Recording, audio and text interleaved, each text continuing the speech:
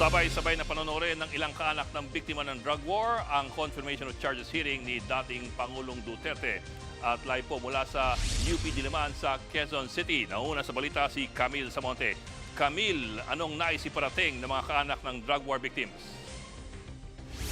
Para sa kaanak ng mga biktima ng madugong kampanya kontra droga ni dating Pangulong Rodrigo Duterte, ito ang paraan nila para maipakita sa publiko na nagkakaisa silang lahat sa panawagan na makamit ang hustisya. Maituturing daw itong pagdinig na mahalagang pagkakataon para tuluyang mapanagot sa kaso ang dating Pangulo. Bago itong watch party ay lumahok muna ang ilan sa kanila sa isang art therapeutic action sa Commission on Human Rights kasama ang Philippine Alliance of Human Rights Advocates.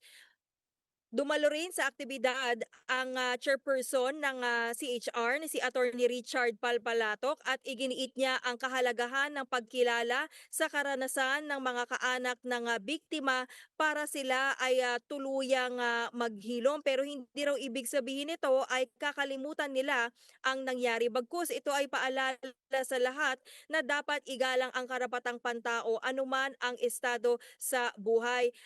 Bok, itong sinasabing activity ay mahalaga raw para nga maproseso ng mga biktima yung kanilang trauma, lalo nga sa panahon ngayon na muling natatalakay yung extrajudicial killing sa war on drugs. Bok? Camille, meron bang panawagan para maging miyembro muli ng ICC ang Pilipinas?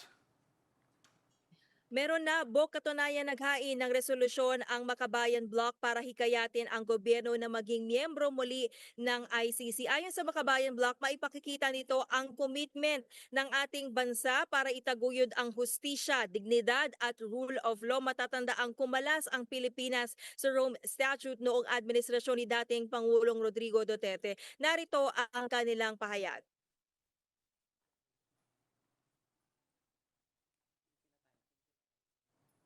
Okay, ulat ni Camille Samonte live mula po sa Quezon City.